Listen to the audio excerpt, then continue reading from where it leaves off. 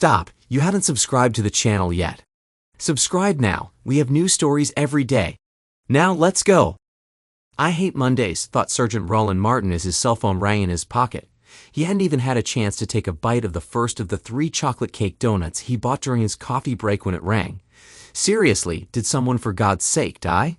As it turned out, someone had. There's a body at 1492 Summer Avenue, Railway, Lieutenant Steve Gray said dryly. The dispatcher called a unit to check out an open front door. When the patrolman went inside, he found a dead body. You might want to finish those donuts. The rookie made a mess all over the Dan carpet and porch. Thanks for the warning, Lieutenant, Rayleigh said with disgust. Leslie Bingham, who had been listening, stuffed half of a Boston cream donut into her mouth. For the 1000th time, Raleigh noted how much his partner resembled his wife's younger sister. We're done here. Drop the pastries, I'll grab the coffee. Meet me in the car, and I'll fill you in. 2 patrol cars with their headlights on were parked outside the house when the 2 homicide detectives arrived. One of the 4 patrolmen was half sitting in the passenger seat of one of the cars, his face buried in a vomit bag. Tell that Dan guy he'll owe me for dry cleaning if I get my clothes messed up with his puke, Raleigh said to the 2nd patrolman standing nearby. Carefully stepping over a pile of vomit on the porch, Raleigh and Bingham cautiously entered the house and headed toward the bedroom where the body was found. Inside the bedroom, 2 more patrolmen were holding handkerchiefs to their noses to block out the stench coming from the vomit. The victim is Leonard McAllister, a 28-year-old unmarried artist who has lived in this house for about 2 years after moving here from Portland, Oregon. 1 shot to the back of the head. Looks like a .22 caliber, fired at close range, probably by someone the victim knew and trusted, reported the senior patrol officer, Sergeant Bill Ford. It doesn't look like anything was taken. His wallet was on the dresser, the TV is intact, and nothing seems to be missing. If you don't mind, we're going to step outside for some fresh air. Raleigh nodded and Ford, along with the remaining officer, quickly stepped out the door. Bingham began photographing the crime scene while Raleigh wandered around the house. He was somewhat surprised to find 2 types of shampoo and 2 types of conditioner in the shower, one set for men and one for women. He absently noted that one of the sets was the same brand his wife used. Definitely a woman stayed here from time to time, he shouted to Bingham when he found a woman's comb and a bottle of perfume in the bathroom cabinet.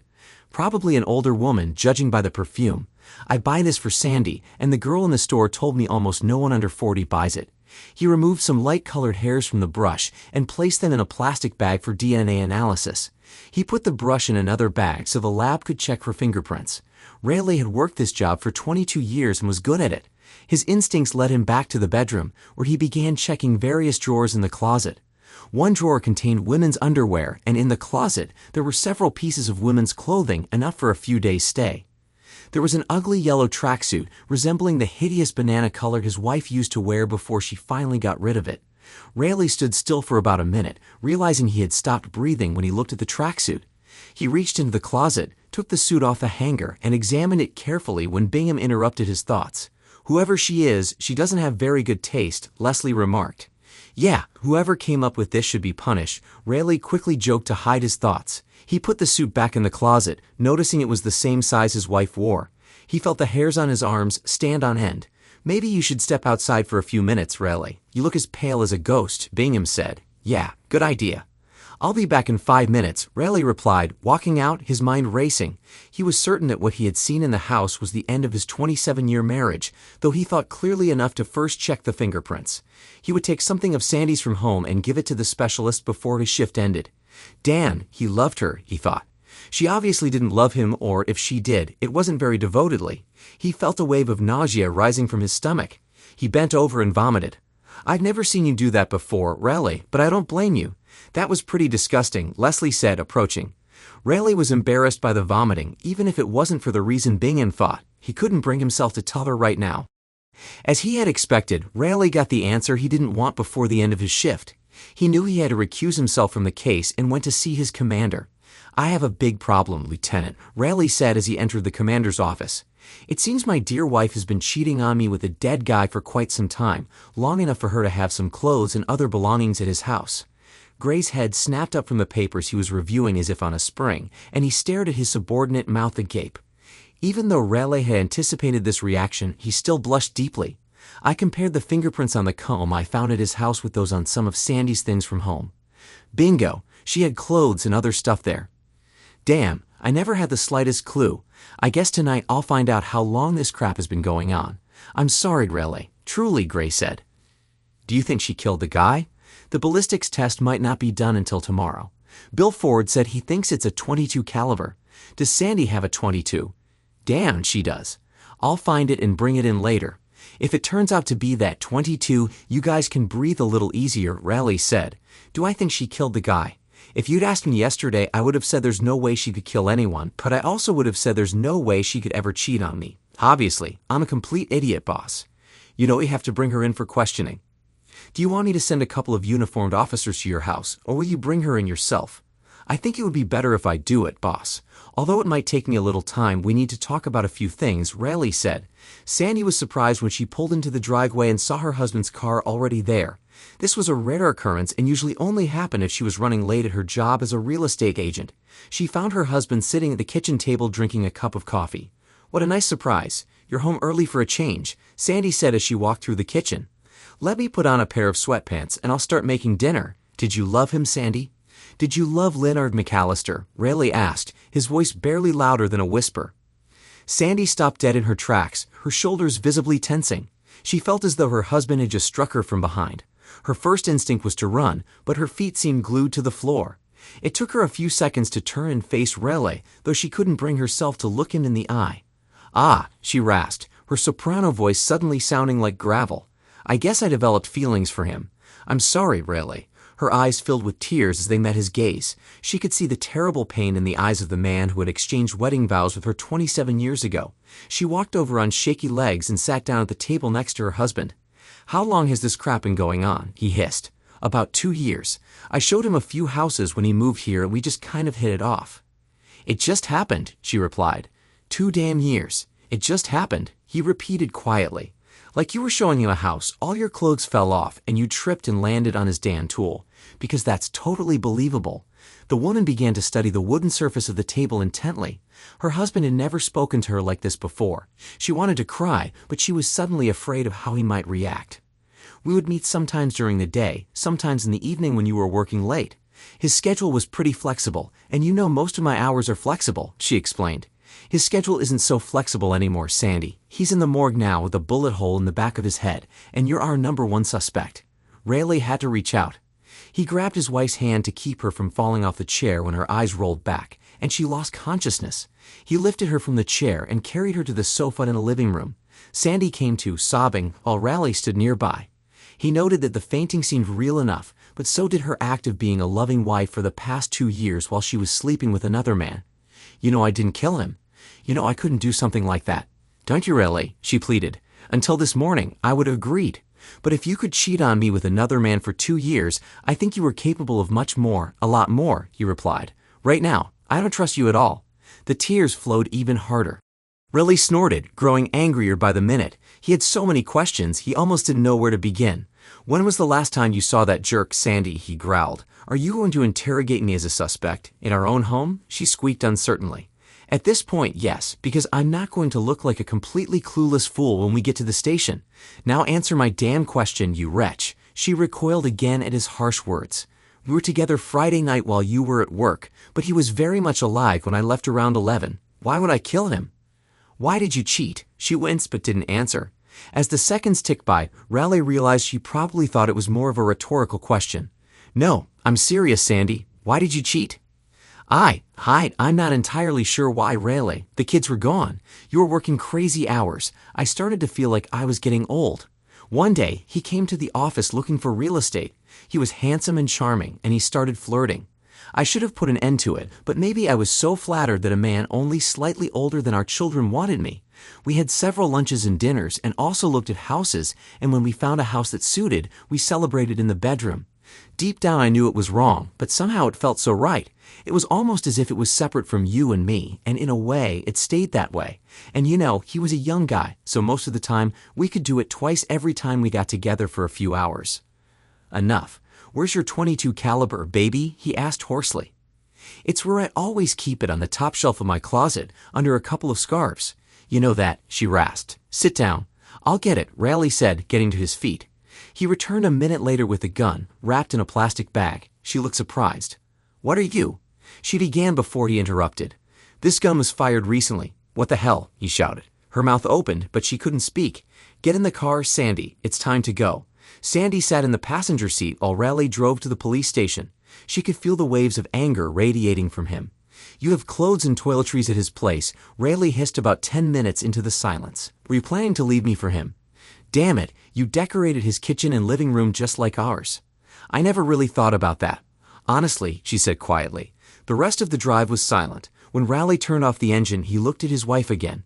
One more thing I need to know, baby. Were there others? She couldn't utter a word, but she shook her head. Raleigh led his wife to the commander, then walked away. Wait, where are you going, Raleigh? She asked. He's now removed from the case, Sandy. You're a suspect, so he can't be involved, said Lieutenant Gray. But you know me, Steve. You know I'm not a killer, she pleaded with her husband's boss, who was also an old friend. I'm sorry, Sandy. Call your lawyer right now, then Detectives Paulson and Zambrano will take you in for questioning. They won't ask you anything until your lawyer arrives, Gray said. Raleigh accounted for his time over the entire weekend, including a few hours on Sunday afternoon when he was watching baseball with Gray and 2 other officers at Gray's house. At that time, Sandy was showing a house out of town. The detectives questioning Sandy soon discovered that her last statement was false. Sandy had waited for 2 hours for the people who had scheduled the viewing to arrive, but all she got was 2 hours of reading the Sunday newspaper in her car, sipping coffee. By the time she returned home, Raleigh was at Gray's house watching baseball, so she couldn't account for about 4 hours. So you don't have an alibi for Sunday, Zambrano said. Did you at least mention this to your husband? She looked indignant, but shook her head. Unfortunately for Sandy, the quick work in the lab worked against her. The bullet retrieved from the victim matched Sandy's gun exactly, and it was determined that Leonard died on Sunday afternoon, precisely during the time when she had no alibi. By noon on Tuesday, she had gone from simply being held in custody to being arrested. Raleigh's life went from good to terrible in less than 48 hours. Although he didn't want to do it, he decided that he needed to tell his children what had happened. Both seemed upset that their mother had cheated on him, but neither believed that she could actually kill her lover. They were also disturbed that Raleigh wasn't 100% convinced that she wasn't a murderer. Dad, it's Mom. You know better than anyone that she couldn't kill someone, said the elder, 24-year-old Jack. Don't be petty, Dad, his 21-year-old daughter Ellie, a graduate of Ohio State University, scolded him. Sure, it's awful that she cheated on you, but you can't really think Mom could kill someone. Raleigh felt betrayed by his children's casual attitude toward their mother's 2-year affair. Raleigh knew that legally he couldn't prevent his wife from returning to their home after she posted bail, but while she was in jail, he moved all her clothes to the guest room. He briefly considered moving to the guest room himself, but decided to stay in his own bed and make his cheating wife sleep elsewhere. You're the one who had an affair, so I'm staying in my bed, he said irritably when she began to argue with his decision. The couple lived separately in the same house, barely speaking and not sharing meals. Sandy's attempts to apologize were largely ignored. I'm sorry for everything, Raleigh. Really, I still love you. I still have feelings for you, Sandy said one day. You're only sorry that I found out, Raleigh replied. You slept with him for 2 years. You deceived me and lied to me for 2 years. For God's sake, you fell in love with this guy. How could you possibly care about me? Feel sorry for hurting me? Maybe I was an ignorant, gullible fool, but I pulled my head out of the sand. You can't do what you did to me and still tell me you have feelings for me. Maybe pity at best. I have no idea if you killed him, but you certainly killed me, you adulteress. At Sandy's request, the children came home for a couple of weeks. They were shocked by their father's cold treatment. Dad, Mom is going to be tried for murder, and all you can think about is that she cheated on you, Ellie said sharply. I think you should put the affair aside until the trial is over and worry about your marriage. She might end up in prison for a long time, Dad. Doesn't it bother any of you that the guy she cheated with is the one who got killed? I can't just ignore that. She cheated on me for 2 years, cut clothes at his place, and she loved him. And it really looks like she killed him. A lover's quarrel? I don't know, but her problem with him is also her problem with me. Am I supposed to blindly support her after she's had an affair for the past 2 years? Damn, if he hadn't been killed, she probably would have left me for him eventually. And we're not even talking about the cost of a murder trial. At least that will reduce the amount I'll have to split with her in the divorce. The cost of a lawyer. God, Dad, who knew you were such a selfish pig? Jack yelled at him. It's not about the money, it's about everything. The betrayal, the lies, the deceit, her sex. The fact that she slept with another man for 2 years because he said sweet things to her when she felt old and vulnerable. My words didn't mean a damn thing to her, but this young bastard talks nicely to her, and she sleeps with him for 2 damn years. God, Raleigh said. A few days later, things kept getting worse for Sandy. Paulson and Zambrano discovered that Leonard had apparently taken on 2 more lovers after he started seeing Sandy. This gave her a strong motive for murder, though both detectives had to admit that she seemed devastated when they told her about their findings. He wouldn't have done that to me," she murmured quietly in response, her eyes filling with tears. "He loved me. He told me that many times. I told him I loved him." Rayleigh sank into despair when he heard her reaction to this latest news. Paulson said to Rayleigh, "This guy must have been really good, really smooth. It was almost like he had 3 separate lives. None of the women knew about the others. He started sleeping, having sex, with Sandy about 2 years ago, added 25-year-old Kara Carter about 14 months ago, and 32-year-old Donna Fisher about 8 months ago. They're both pretty little things, too." "Sorry about that, Rayleigh." Rayleigh knew that Paulson and Zambrano were good detectives, probably the best in the department after him and Leslie. He knew that if there were any evidence to be found, Paulson and Zambrano would find it, which they did the next day. After conducting a more thorough canvassing of the neighborhood, they spoke with a nosy resident and got additional information. Helen Abernethy told the detectives that over the past 2 years, she had seen Leonard's girlfriend at his house dozens of times. She was of average height, with shoulder-length blonde hair, a seductive figure, and was pretty, as far as Helen could tell from 3 doors down. The last time Helen saw her at Leonard's house was on Sunday afternoon, right after lunch. The 2 detectives knew Rayleigh's wife. Helen Abernethy's description of Leonard's girlfriend matched her perfectly. The new information was that she had been at his house on Sunday afternoon, which coincided with the time of the murder. Although Rayleigh was suspended and not involved in the investigation, Gray included him in Paulson and Zambrano's briefings out of courtesy. Rayleigh sat almost frozen as the pair recounted what Helen Abernethy had told them. "Dan," he whispered when they finished their report. "She had motive, means, and opportunity." The other 3 men in the room quietly nodded in agreement. "Even though I had doubts about whether she was really capable of killing someone, this looks really bad, gentlemen," he said during another interrogation. Sandy again denied seeing Leonard on Sunday afternoon. "I told you I was waiting for clients for a showing. They never showed up. I sat in my car and read for 2 hours before leaving," she insisted angrily. "Then how is it that one of Mr. Leonard's neighbors saw you at his house on Sunday afternoon, shortly after lunch?" Zambrano pressed. "She's mistaken. I wasn't there," Sandy said, her voice rising. "She knows exactly what you look like, having seen you over the last 2 years. She picked your photo out of a lineup," Zambrano said. "No, no, no, no. This can't be happening," Sandy shrieked. Sandy was terrified when she returned home. Her lawyer had explained to her what a murder conviction would mean, and unless the police suddenly found something that pointed to someone else, she was in serious trouble. "Seriously, Raleigh, I didn't kill that two-faced jerk," she wailed. "I didn't know he was cheating on me. You know I couldn't kill anyone." She suddenly stopped ranting, realizing that Raleigh no longer trusted her. It was obvious that she no longer deserved his trust. Raleigh didn't miss the fact that her assessment of Leonard had shifted from love to something much less when she learned that she was just one of several lovers the artist had. Love can be so fleeting, he thought to himself. Raleigh and Sandy had been living like strangers for several months, cooking their own meals, doing their own laundry, and rarely communicating. Even when the children visited, Raleigh mostly kept to himself. It didn't take a genius to realize that Raleigh's relationship with his children had deteriorated almost to the breaking point, as they continued to insist that he needed to accept their mother's infidelity and unconditionally support her during the trial. "I hope neither of you ever has to experience this kind of heartbreak," Raleigh told the children during one argument. "I gave her everything for 27 years. At some point, my love wasn't enough for her, and she found someone else but apparently couldn't figure out how to tell me or get rid of me." The wheels of justice turned slowly, and it was about 9 months before Sandy's murder trial began, but it took only 5 days for the jury to return a guilty verdict. Sandy sobbed uncontrollably in the courtroom. Several rows behind her, Raleigh sat impassively. It had been a lifetime since they both said, "I do," in a small church in front of about 100 people. What went wrong? He thought to himself, "I thought we'd grow old together, rocking our grandchildren, maybe even great-grandchildren, on our knees. Did I ever really know her?" Sandy was the sweetest girl he had ever noticed when, one Saturday after a night of heavy drinking in his senior year of college, he spotted her in the greasy Spoon Taco Diner. It was the kind of place you'd go to shake off a brutal hangover the next morning. She had long blonde hair, and her tight jeans really accentuated her figure. Given that his vision was a bit blurry from all the alcohol, he knew he needed to get closer to see if she was as beautiful as he thought.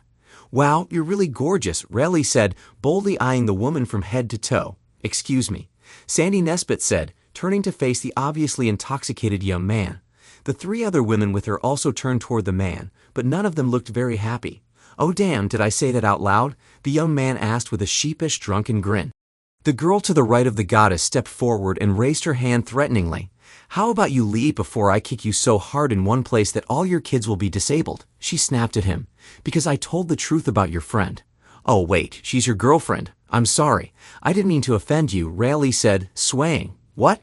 No, she's not my girlfriend, but she is my friend, and you're just being a rude drunk.